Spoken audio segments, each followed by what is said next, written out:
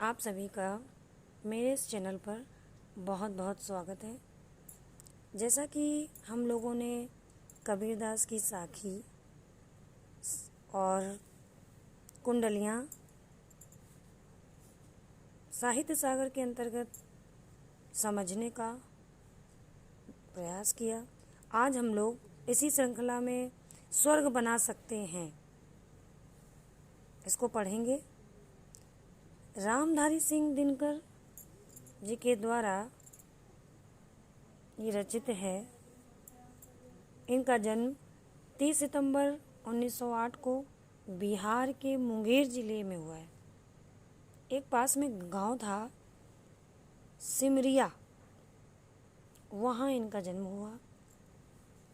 एक किसान परिवार में ये पैदा हुए थे और सबसे बड़ा दुर्भाग्य था इनका कि जब ये 2 वर्ष के थे तभी इनके पिता का निधन हो गया। तो इनकी जो बचपन की परवरिश रही है वो बहुत ही कठिन रही।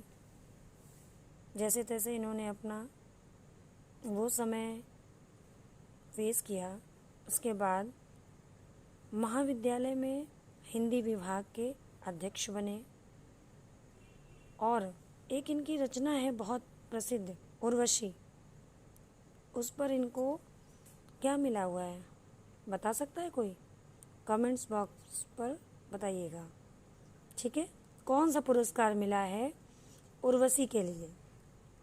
ठीक, आइए चलते हैं हम लोग पंक्तियों की ओर। स्वर्ग बना सकते हैं, जैसा कि नाम से ही एहसास हो रहा है कि हमें अपनी पृथ्वी को सजाना, संवारना, स्वच्छ रखना है ना, इसका संदेश दिया जा रहा है। किस प्रकार से हम अपने संसार में सुख शांति रख सकते हैं, आइए पंक्तियों के माध्यम से देखते हैं। धर्मराज ये भूमि किसी की, नहीं कृत है दासी, है जन्मना समान परस्पर, इसके सभी निवासी। धर्मराज,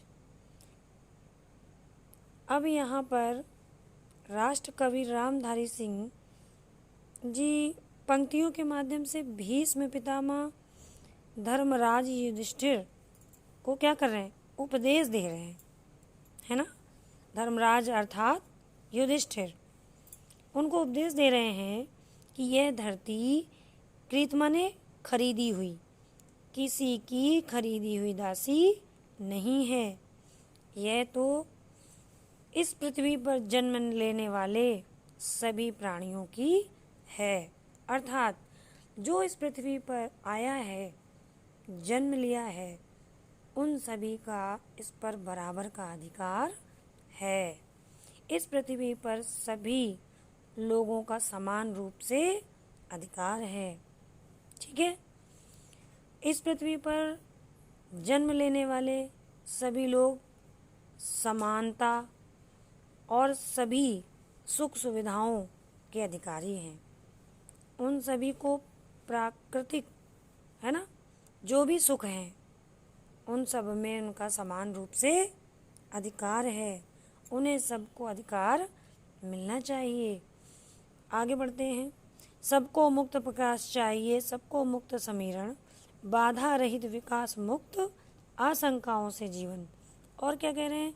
सभी को मुक्त रूप से प्रकाश और खुली हवा, है ना, खुला वातावरण चाहिए। इस पृथ्वी पर निवास करने वाले सभी लोगों का ये अधिकार है कि उन्हें मुक्त, बाधाओं रहित खुली हवा प्राप्त हो। समझ में आया? उनका विकास हो, उनके विकास में किसी भी प्रकार की बाधा ना आए, उन्हें किसी प्रकार की चिंता ना हो, है ना, और आशंकाओं का क्या है? भय ना हो, क्योंकि यह धरती आकाश, धूप, हवा सबके लिए समान बनी हुई है और उन पर सभी का समान अधिकार है। समझ में आ गया? चलिए आगे बढ़ते हैं। लेकिन विघ्न अनेक अभी इस पथ पर अड़े हुए हैं, मानवता की राह रोककर पर्वत अड़े हुए हैं। देखते हैं क्या कह रहे हैं भाई। लेकिन विघ्न अनेक अड़े हुए हैं, लेकिन क्या भीष्म पितामह धर्मराज युधिष्ठिर जो हैं उनको क्या उपदेश देते हुए क्या कह रहे हैं कि यद्यपि धरती, आकाश, धूप, हवा आदि पर सबका समान रूप से अधिकार है, सभी को बाधा रहित विकास करने का अधिकार है ना, तथापि अभी इस मार्ग में लेकिन अनेक बाधाएं हैं। कैसी बाधाएं? मानवता के मार्ग में, है ना। हम जब अच्छा विचार से अच्छे कार्य करने के लिए आगे बढ़ते हैं तो आप देखते कहीं ना कहीं कोई ना कोई आपको रोकने चला आता है। तो ये क्या है? मानवता के मार्ग पर बाधाएं, समस्याएं, है ना, कठिनाइयां आकर खड़ी हो जाती हैं बाधाओं के रूप में। इसलिए मनुष्य का समुचित विकास नहीं हो पाता है। तो यहाँ पर कवि क्या कहते हैं कि जब तक मनुष्यों के क्या होगा, न्याय के अनुसार इन अधिकारों को, बाधाओं को दूर नहीं किया जाएगा, तब तक वो खुश नहीं रह सकते हैं। आगे की पंक्तियों में, न्यायोचित सुख सुलभ नहीं, जब तक मानव को चैन कहाँ धरती पर, तब तक शांति कहाँ इस भव को। भव माने संसार, न्यायोचित माने न्यायपूर्ण, सुख सुलभ, आसानी से जो प्राप्त हो जाए। अब यहाँ पर ये जो कवि हैं वो बहुत सुंदर संदेश देने का प्रयास कर रहे हैं। समाज को कहना चाहते हैं कि जब तक मनुष्य के न्याय के अनुसार, है ना, उनके अधिकारों को स्वीकार नहीं किया जाता, है ना, जब तक उन्हें वे अधिकार नहीं मिल जाते जिसके वो अधिकारी हैं, तब तक इस समाज में शांति स्थापित नहीं हो सकती। अर्थात समाज में शांति की स्थापना के लिए मनुष्य को न्यायोचित होना अति आवश्यक है ना। हम जब तक दूसरों के हित के लिए नहीं सोचेंगे, न्यायपूर्ण भाव नहीं रखेंगे, तब तक घरों में, समाज में, संसार में सुख शांति नहीं रह सकती। आइए आगे देखते हैं। जब तक मनुज का यह भाग, है ना, भाग नहीं सम होगा, शमित न होगा कोलाहल, संघर्ष नहीं कम होगा। शमित माने और कोलाहल माने शोर, सम माने समान, है ना। तो यहाँ पर भी बहुत सुंदर तरीके से शमित का अर्थ क्या होगा यहाँ पर? शांत, है ना। कोलाहल माने शोर और सुलभ माने बहुत आसानी से प्राप्त होना, सम माने समान। जब तक हमें ये चीज़ें समानता से प्राप्त नहीं होंगी, मनुष्यों को समान रूप से प्रकृति के सभी सुख उपलब्ध नहीं होंगे, तब तक क्या होगा? शांति नहीं हो सकती और तब तक ये संघर्ष समाप्त नहीं हो सकता। जब तक सभी मनुष्यों को सुख प्राप्त करने के समान अधिकार नहीं मिल जाते, तब तक ये शोर, कोलाहल समाप्त नहीं होगा। और जिस दिन सभी की मानसिकता ये हो जाएगी, सभी न्यायोचित हो जाएंगे, सभी अपना अपना भाग समानता से बांट लेंगे और दूसरों के लिए सोचेंगे, उस दिन ये सारा कोलाहल स्वतः ही समाप्त हो जाएगा, है ना। अर्थात यहाँ पर यही संदेश पहुँचता है समाज को ये कि अगर हमें सुख शांति चाहिए तो हमें अपने भाव विचारों में न्याय, समानता, इन सबको विद्यमान करना होगा। अंतिम पंक्तियों की ओर पहुँचते हैं। प्रभु के दिए हुए सुख इतने हैं विकीर्ण धरती पर, भोग सके जो उन्हें जगत में, कहाँ अभी इतने नर। सब हो सकते तुष्ट एक सा, सब सुख पा सकते हैं, चाहें तो पल में धरती को स्वर्ग बना सकते हैं।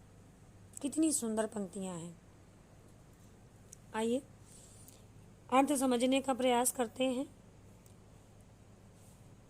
इस पृथ्वी पर बहुत अधिक मात्रा में इतने सुख हैं, इतने साधन हैं, है ना, ईश्वर ने उपलब्ध करा रखे हैं कि अगर मनुष्य उन सभी को स्वेच्छा से, है ना, यूज़ करता है, उनकी आवश्यकताएं पूर्ण हो सकती हैं, फिर भी वो कम नहीं होंगे यदि स्वार्थी लोग अपने लिए संचय करने का भाव छोड़ दें तो। भाई अगर हमारे पास मान लीजिए समाज की सारी सुख सुविधाएं हैं, है ना, हमारे पास 5 गाड़ियां हैं, 4 व्हीलर भी, 2 व्हीलर भी, है ना, और बहुत अच्छा घर, प्रॉपर्टी, खाने को अच्छा, यदि अगर हमारे पास ये सब कुछ है तो हमें फिर अपने से निम्न स्तर वालों के लिए सोचना चाहिए, उनके हक की चीज़ों को नहीं लेना चाहिए, और हमसे अगर कोई सहायता हो सकती है तो हमें वो भी करनी चाहिए। ठीक है, तो यदि स्वार्थी लोग अपने लिए संचय करना छोड़ दें, इस भाव को त्याग दें, तो पृथ्वी के साधनों का उपयोग सभी मनुष्य आराम से कर सकते हैं और सबके उपभोग करने के बाद भी सारे सुख, सारी सुविधाएं बच भी जाएंगी, है ना। यहाँ पर भाव यह है कि धरती पर किसी भी चीज़ की कमी नहीं है। भाई प्रकृति ने देखो कितना दिया है, फल, फ्रूट, हवा, नदी, झरने, क्या नहीं है। जिस भी तरफ चले जाओ सुंदरता ही सुंदरता देखते बनती है ना।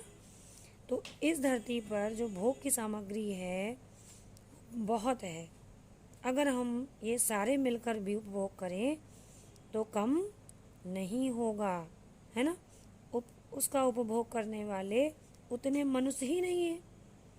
यदि कुछ लोग केवल अपने लिए संचय करने की ये दुष्प्रवृत्ति का त्याग नहीं करेंगे तो क्या होगा, सबको भोगने के बाद भी खाद्य सामग्री, अन्य पदार्थ क्या करेंगे, बचे रह जाएंगे।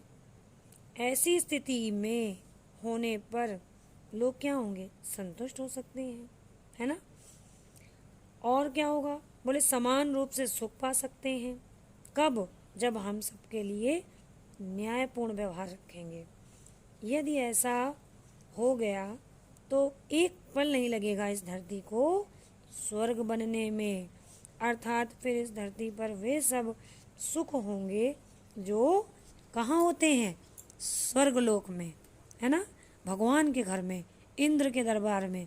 जो सारे सुख, ऐश्वर्य, वैभव ये सब वहाँ है, वो यहाँ पर हम पृथ्वी पर ही देख सकते हैं। लेकिन उसके लिए यहाँ पर दिनकर जी ने बहुत अच्छे भाव में बहुत बढ़िया प्रस्तुतिकरण किया है कि यदि हम अपनी इस पृथ्वी में स्वर्ग देखना चाहते हैं तो हमें कैसा बनना पड़ेगा, हमें कैसा होना चाहिए। ठीक है, संपूर्ण पंक्तियों का यही सार है कि यदि हम अपनी पृथ्वी को, अपनी धरती को सुंदर बनाना चाहते हैं, स्वर्ग बनाना चाहते हैं, कोलाहल से दूर रखना चाहते हैं, शांति बनाए रखना चाहते हैं, तो हम सभी प्राणियों को समान व्यवहार करना चाहिए, है ना, न्यायोचित सोच रखनी चाहिए और सबके हित के बारे में सोचना चाहिए। ठीक है, तो आज हम लोग इन्हीं पंक्तियों के साथ यहीं पर विराम लेते हैं और जाते जाते यदि आप सबको पंक्तियाँ समझ में आई हों, अच्छा लगा हो, तो इसे लाइक एंड सब्सक्राइब करिए और कहीं पे कोई संदेह, कोई समस्या, कोई डाउट अगर रह गया हो तो कमेंट बॉक्स में मैसेज करिए। मैं उसे पूर्ण करने का, दूर करने का पूरा प्रयास करूँगी। धन्यवाद।